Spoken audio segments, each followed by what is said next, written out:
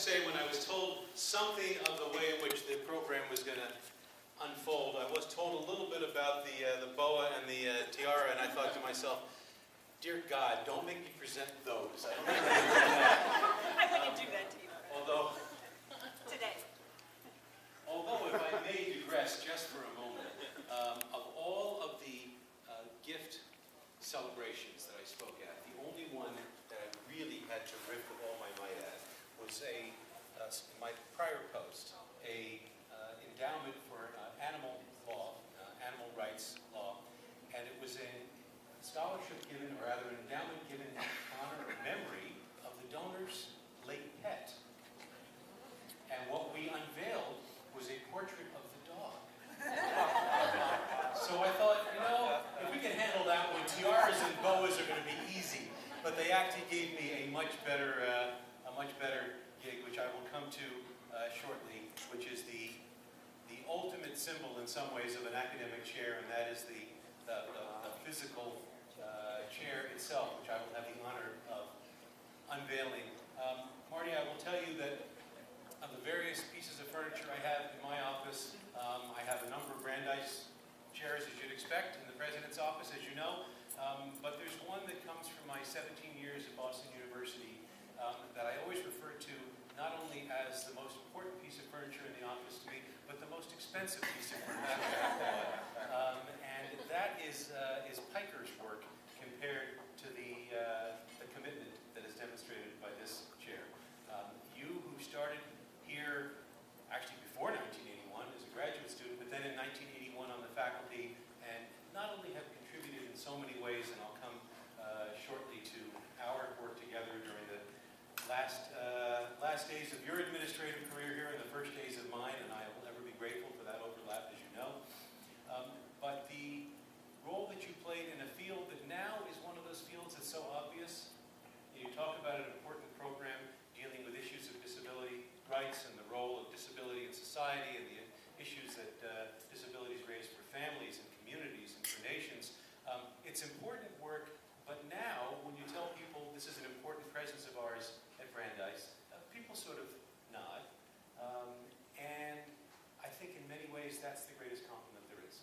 You know, to have been a pioneer in a field of study and to have seen what many people didn't yet see was a field of study, and to be there at the beginning and to take it not to the end, because goodness knows there's more work to be done, including by you, and more work that you will be continuing on, but to have really taken it to this point is something that you should be enormously proud of. And as you should be proud of what you've accomplished, we are proud of what you've accomplished here at Brandeis, here at Heller, where I am a member of the Heller faculty, as Lisa always reminds me. Still trying to get a lecture out of me, we're working on that. Is that right? Yep. Do I know about this? Don't worry about it, we'll get you there. I'll be there. What you meant to Heller, what you meant to this university, as a member of the community, as a faculty member, as a teacher, but as a member of the community and as a servant for years of leadership as provost, and to speak personally, during my transition, first as president-elect, and then after I came in for my first semester together, and your time there, really helping a new president break in and learn some of the ropes and learn some of the culture here. So I will be personally grateful for that, as you know, and all of us are grateful for all that you have done for all of us. So when this piece of furniture takes its proper place, and you see it, and even sit in it from time to time, you should know that it is on behalf of all the STAR students you've talked about, all your prize students. Marty was introducing me to an entire series of prize students. I think every one of hers was a prize student. Here come more. Here come more prize students. It's okay, take your time walking down the steps, I'll talk slowly. But all of us here, and we really stand on behalf of all of us on campus, are your most grateful students, your colleagues of the Heller School and of Brandeis University. So on behalf of all of us, thank you for that. And I will just end with a sort of linguistic puzzle that English, for some reason, doesn't do what Hebrew does with the hitraot, and French does with the revoir, German with Auf Wiedersehen. We say goodbye, which is a terrible thing to say. So maybe the closest thing is, I'll be seeing you. the song coming on, and there's Scott Anderson saying, I wonder if he's going to sing. And you know what the answer is? No. I haven't had nearly enough wine for that, Scott. We'll all be seeing you, and we'll be looking with great pride for all that you will get to. So if you will all join me in a great moment for Marty and for the university. What do you think it is? It's yet another tiara and boa.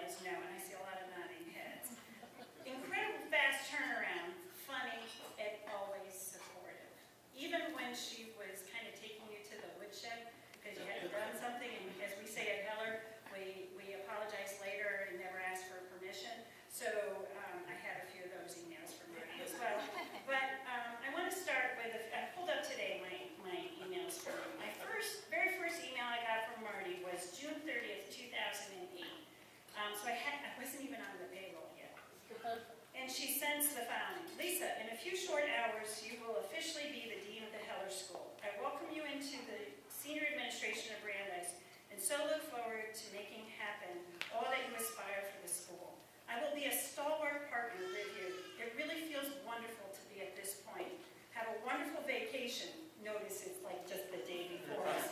Have a wonderful vacation, rest up, and we have lots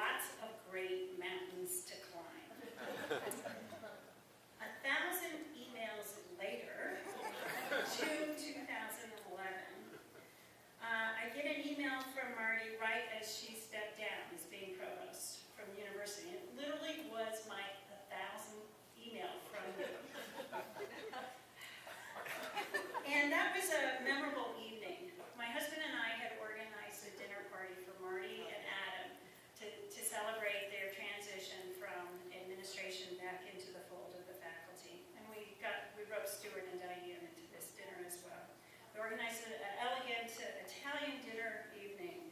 And 5 minutes into the dinner, we get a phone call. Our daughter's been rushed to Newton Wellesley Hospital and was in the emergency room. So we just took off. And they said, oh, should we leave? And we said, no, eat all the food, it's already cooked. And so I got the following email from Marty after that. Dear Lisa, we had a wonderful evening at your home.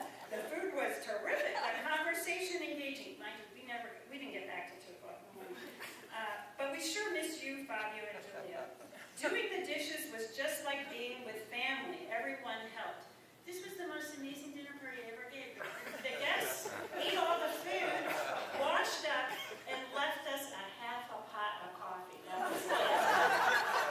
Right? You're nodding your nose to it. No dessert, nothing. You ate it all.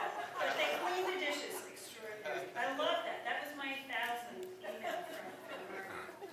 And then this summer, I received an email from Marty that I wish she had not sent. And that was her decision announcing that she was going to retire. But fairly recently, she sent me an email that made it all better. And that was her email when she agreed to become one of our members of our board of overseers.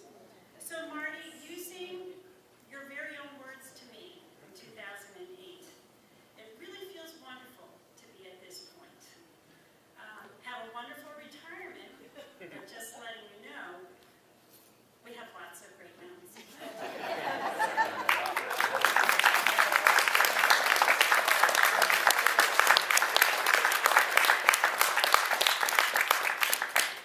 So now I want to invite up Stuart Altman, who, a man of few words.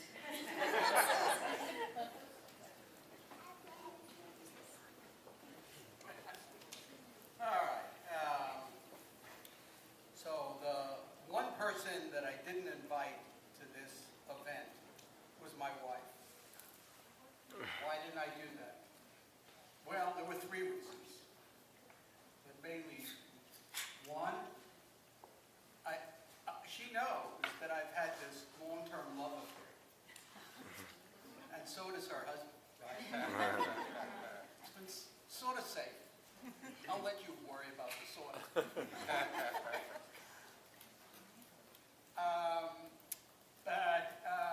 That was not the reason for not inviting her. The idea that I'm standing here talking about your retirement while I'm still working is not something that my wife wanted to hear. I don't know if any of you realize the relationship between us. We came to the Heller School the same year. I don't want to say we were the same age, because we weren't. I just had a few years on her. We've had a little jumping game going on. I was the dean, and she was an incoming graduate student into our PhD program. And I figured I was about the same age as our students. So we immediately bonded. And if all of our graduate students were like Marty, not that we don't have many, nothing quite like her. So not only was she phenomenal as a student, but very quickly she took on this rather complicated role as a student faculty member. Only at Heller can we do that. In other words, where you blend in from being a student into being a faculty member, and sort of ran one of our most famous programs in disabilities. Many of you may have heard of the name of Gunnar Dibwa. Gunnar had come here under Charlie Shotland's rule and made the Heller School into a truly world-famous place for disabilities and for individuals, and making sure that they had decent life and so on. And Marty's field was in that area, and she worked with Gunnar. And for those of you who remember, the few of us that are still around Gunnar and his parties at night, and we would come there at 10, 11, 12 o'clock. They kept telling me they had a home I didn't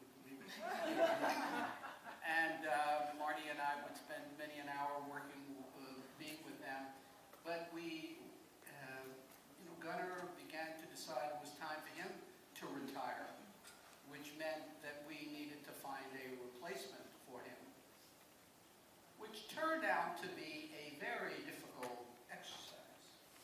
And Marty agreed to become the chairperson for the search committee. Now, here's a graduate student who had recently gotten her degree, and she's already searching for the replacement. Now, you gotta play this thing all out. This is a university. So she's in charge of the replacement of one of our, if not most famous, of our faculty. And again, we begin to bond together and learn about what she's like. And of course, she attacked it with the same zeal and background that she had done so many other things. And we begin to interview people from all over the world, and they're coming by, and some of them we're interested in, but they're not interested, and so on. And finally, about, I don't know how far into this process, I said, this is ridiculous. Why don't you do it? Oh, I can't do it. I don't want to go into their life, but they decided to have 7 kids in 1 hour. So all of a sudden, they had a lot of, I don't know how many, I lost track. It was just, they started out with none, and they were at 4 before I could count. But only Marty can do that, but I don't want to go into that part of it. So she says, well, I can't do that. I have a young family. I said, well, what's that got to do with it? She said, well, I can't work full-time. I said, well, I know you now well enough. Half-time for you is more than full-time for anybody else. I'll take you at any level you want. Remember that discussion? She said, well, I can't do that. I said, yes, you can. And in fact, it played out just the way I had hoped, just the way we all had thought. She turned out to be an unbelievable faculty person, developed linkages from the Hellas School with the research community in Wisconsin and in other parts of Boston, and so on and so forth. Mentored many of you who were standing around. I look out at the group, and did it while that family grew and prospered, and did it all phenomenally well. And that was Marty, the faculty member. And then, as life has its way of flipping around, I got recruited back into being the dean, and who was my boss? I was never your boss. Yes, you were my boss, but so this thing sort of played out again, which was, but now with a different cast. And, yes, she was my boss, but she was my friend, she was my colleague. We worked so well together. We had many meetings. Those emails, I got a few of those too. See, but unlike you, I didn't take them seriously. Partly I can't read as well as you can.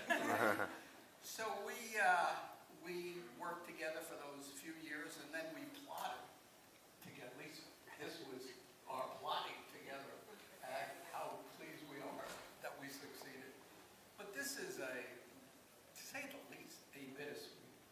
I'm trying to hold back what I really feel. I don't think, I think it's fair to say there's no one that I care more about other than my wife. I should say that. Has done more for the Hellas School, has done more for Brandeis, and more for a field that is so important. This is a truly outstanding person. Now, what is this nonsense about your retirement? I just find it totally unacceptable. Unacceptable. I completely agree. I think we should just, Take the chair back. Take the tiara. Take the tiara back. Take it all back. This is nonsense. This is a woman in a prime of her life. We need you back. What is this? I can't do this. Okay, you convinced me. All right. Yeah! I did it before.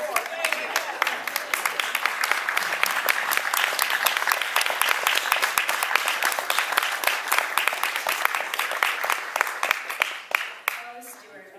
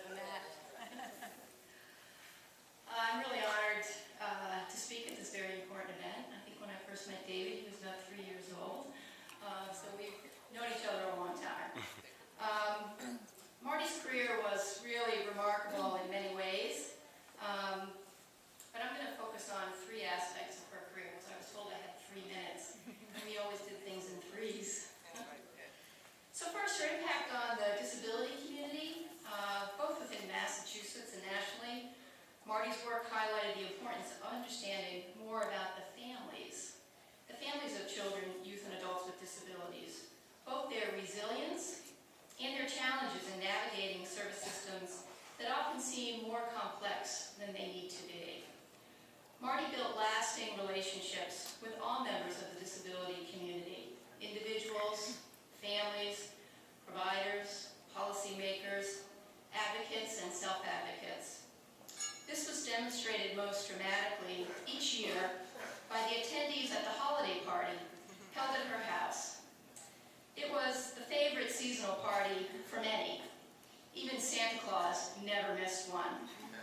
Now, it's amazing the pull that Marty had to get Santa to come every year, considering there was a time years ago when she got a letter in the mail addressed to Rabbi Marty Krause.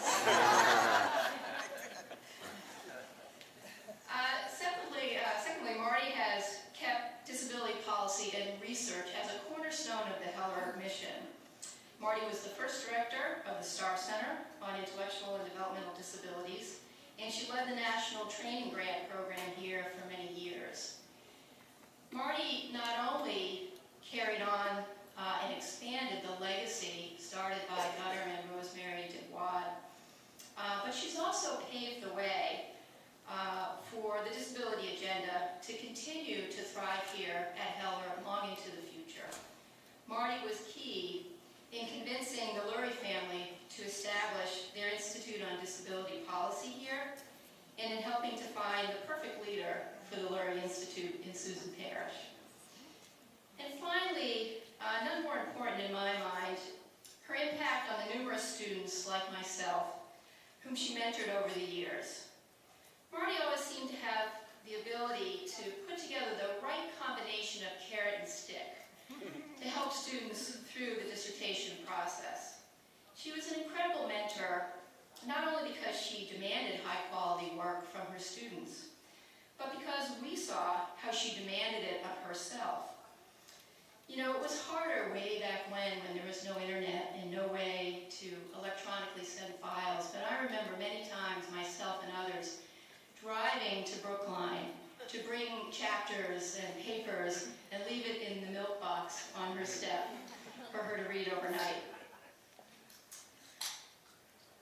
For me, Marty and I hit it off from the start, and I'm not sure whether it was our somewhat similar work styles or our common love of the Boston Celtics. Back in the day with Larry Bergman actually won. But I really cherish those days that we spent working together on the IKES project and many other projects as well. There really are no words to use to adequately thank Marty for her mentorship and friendship, and for her continued support as a colleague over the years. But as others have said, I know where you live. And I look forward to finding ways. They moved, if you don't know. Saw the Cape. Finding ways to keep our connection and the connection to Heller alive in the years to come. Thank you, Marty.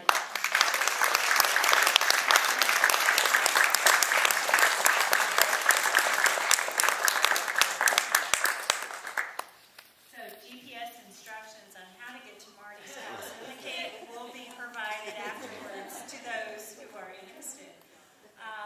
Marty, there's just, as a mentor, you've been extraordinary. So I want to introduce another one of your students who has a few words to say about you, Valerie Linder.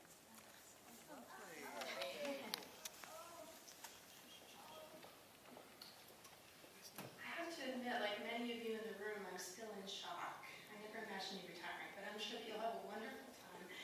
It sounds like you have terrific plans. When I was here as a graduate student at Heller, I was blessed with many wonderful mentors at Brandeis. But I want to acknowledge Marty's role as really the only female mentor I have had during my entire career. That's a really important place. And it's been a wonderful chance over the last couple of weeks to kind of go through a series of snapshots in my head, kind of down memory lane.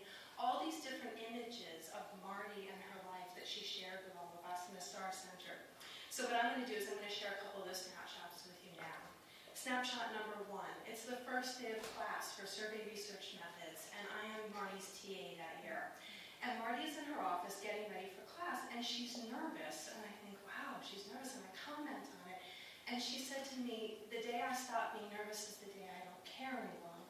And that's made a huge impression on me. It still resonates. I still get nervous the first day of class, so I know I'm still doing the right thing. Snapshot number 2. Marty, she taught this dissertation seminar for students who were working on disability policy. And one of the students, Alyssa, was getting married, and she brought in her wedding album afterwards. And then Marty thought that would be a really fun thing to do, and so she brought her wedding album in too and showed it to us. Long hair, the dress was beautiful, it was a period piece. There was this weird moment where I realized that she had a picture taken. She had gotten married at the Lyman Estate, and I got married at the Lyman Estate, and I had a picture taken in the exact same spot in the house. And so there were all of these kind of similarities in our life course. We both got married in the same place. We both worked at Apt Associates before we came here. We both married men who were older than us. We both moved from Cambridge to Brookline when we were going to have our families. Who knows? Hopefully we'll move back to Cambridge again like you and Richard have. But there were all these kind of parallels, including adopting a child, all kinds of things that really meant a lot to me, because to see somebody who was a successful academic, researcher, and teacher who also had a family as well was just fabulous. It made a huge difference. Snapshot number 3 is Marty welcoming me and my husband and my twin daughters, who are now 13 years old, to their first of Marty's parties. She was so thrilled to have them there. There were snacks in the basement. There were games. Becky was ready for them. It was such a lovely thing. And when I told my girls that I was coming to a party for Marty tonight, they said, "Can we come, and will there be candy canes?" It's the only time they've had contact with Santa Claus was sitting in his lap at Marty's house. I think the original Santa Claus was Jake, and then eventually it was David. But it was really fun for them. But they got over their fear of Santa and Marty's house. And then finally, snapshot number 4, which is a little more poignant than the others. I still remember the day that Marty told me that Yehuda had offered her the job as provost, and we had a meeting in her office where she shared this with me, and she said she was thinking about it. And then I went back to my office, which was just 2 doors down, and it looked over the parking lot. And then I watched her leave the building and walk across the road to the parking lot, and I realized she was going to take the job and that she was leaving. And in that moment, I realized how much she had meant to me as a mentor, how much I was going to miss her. And I want to thank everyone for the opportunity to say that publicly. So thank you for everything, Marty. Thank you.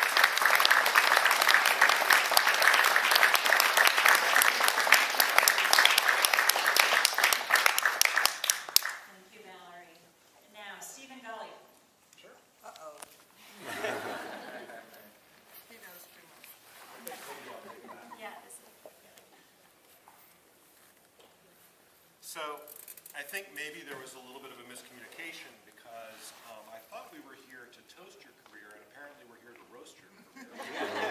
Some things. And I guess the other thing off the cuff that I want to say is, for all of those times in the classroom when you would hold forth on matters with great import, which you did fantastically well, by the way, your students were actually picturing you exactly as you. Okay, you'll notice that I too brought some notes here today, and frankly, that's because Marty makes me really nervous. The first day that I interviewed with her for my doctoral fellowship here at Heller, of course I was nervous. She was this larger-than-life figure who had done all of this groundbreaking kinds of research and advocacy on behalf of people with disabilities and their families. And so, you know, the first class that I took with her, I was still nervous to raise my hand. And at some point, I did finally kind of find my stride, but truth be told, this sort of tableau of nervousness just kept expanding. She had me reporting findings from one research project after another, more and more complicated statistical analyses to be done. The details mattered. Getting it right mattered. And so there was more to be nervous about, and really for very good reason. And then one day I found myself being her TA, and that day finally came when I taught an entire 3-hour class in front of 50 undergraduates. And guess what? I was nervous. There she was, looking at me from the audience, and I'm like, oh my God. And then came my proposal hearing, and then came my dissertation defense, and that was just the pinnacle of nervousness. Now, please, don't get me wrong. Marty is also one of the kindest people that I know, and she's willing to invest incredible amounts of time and attention and effort in the people that she chooses to mentor. On page 315, literally, of my dissertation draft, the first draft, I inserted just a little bit of a joke, and it said something to the effect of, "Still reading this?"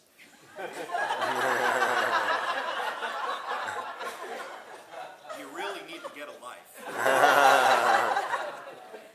Well, I got the draft returned back to me, and as you would expect with anything from Marty, there were margin note after margin note after margin note, all the way to page 315, where there was another little margin note, and she said, "Well, why would I quit reading now? This is just getting good." And that, right there, is quintessential Marty. In retrospect, I think that Marty was able to see my potential more clearly than I could at that time in my life.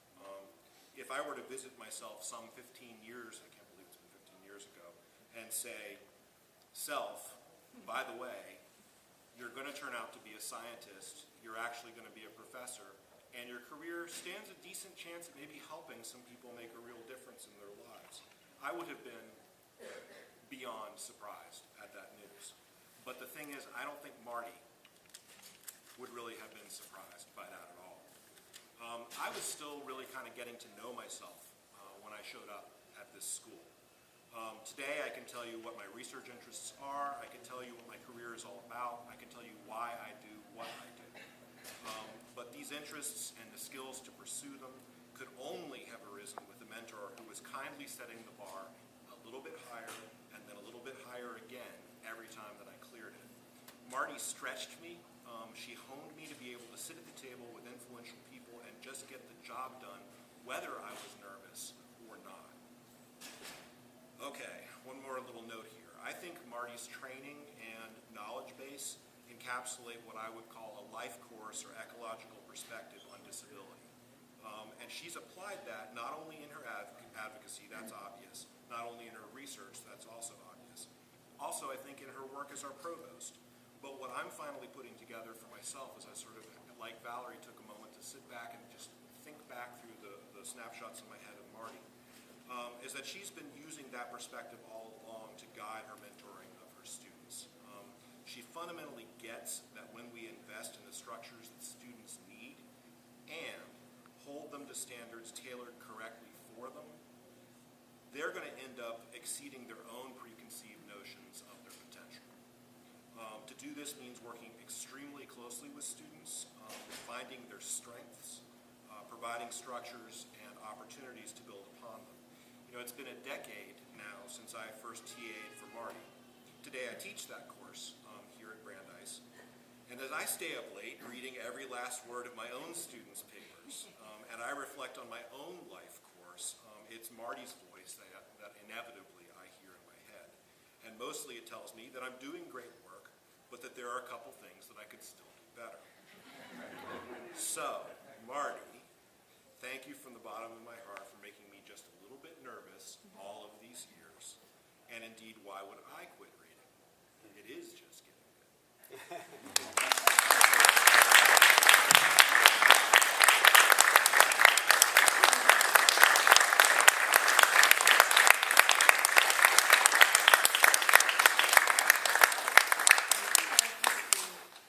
So now I want to open up the mic to folks who might want to say a few words to the group as a whole, briefly. But I don't want to close anyone down.